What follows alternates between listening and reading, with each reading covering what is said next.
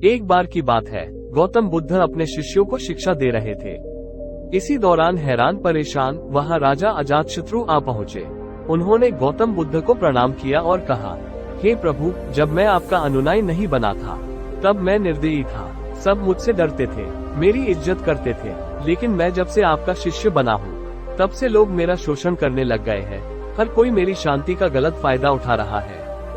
मैं ऐसा इंसान था जो किसी को मौत की सजा देने के लिए 2 बार नहीं सोचता था, मगर आपके शरण में आने के बाद मैं बदल गया हूँ। मुझे पहले की तरह गुस्सा ही नहीं आता है, पहले की तरह किसी को सजा देने का मेरा मन ही नहीं करता है। लेकिन मेरी दया, मेरी शांत स्वभाव मेरे लिए मुसीबत बन गया है। मेरा अपने देश पर शासन करना मेरे लिए बहुत मुश्किल होता जा रहा है।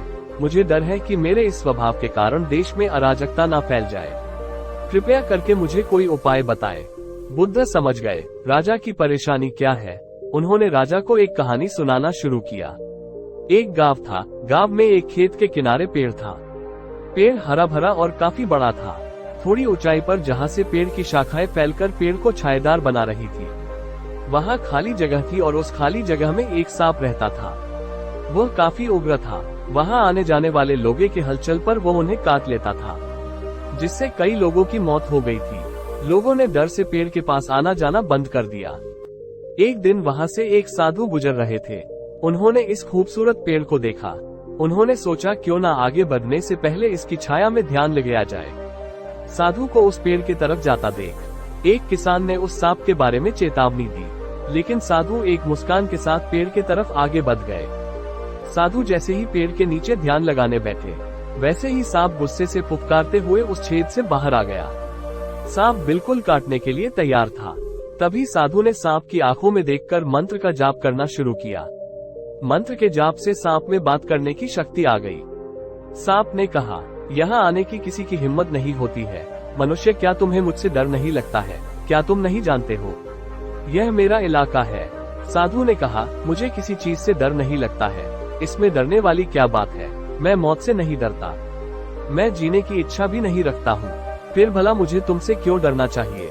बल्कि तुम जरूर डरते हो, इसलिए तुम लोगों को काटते हो।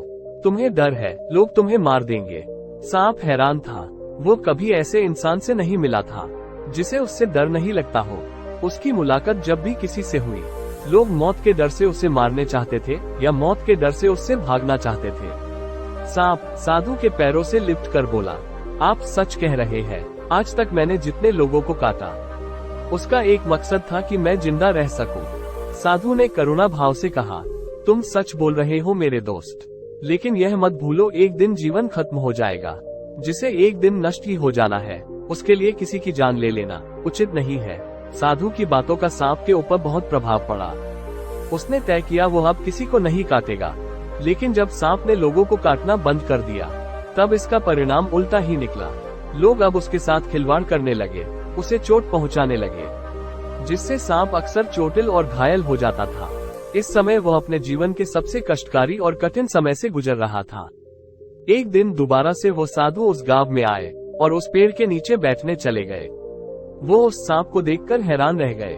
उन्होंने सांप से पूछा, तुम्हारी हालत इतनी दयनीय कैसे हो गई? तब सांप ने जवाब दिया, मैं आपके बात से बहुत प्रभावित हुआ था। मैंने तय किया कि मैं किसी को नहीं काटूंगा। तब से लोगों ने मुझे चोट पहुंचाना शुरू कर दिया। साधु ने सांप से कहा, तुम मेरी बातों का गलत मतलब समझ बैठे। मैंने तुम्हें काटने से मना किया, लेकिन अपनी आत्मरक्षा में फुफकारने के लिए मना नहीं किया था।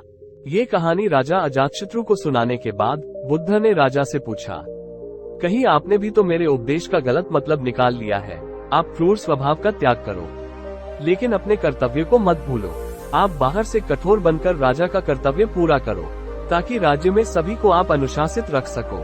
किसी को असुरक्षा महसूस ना हो, इसके लिए आप अंदर से साधु बने रहे। आप अच्छे बनो, लेकिन किसी को अपनी अच्छाई का फायदा मत उठाने दो।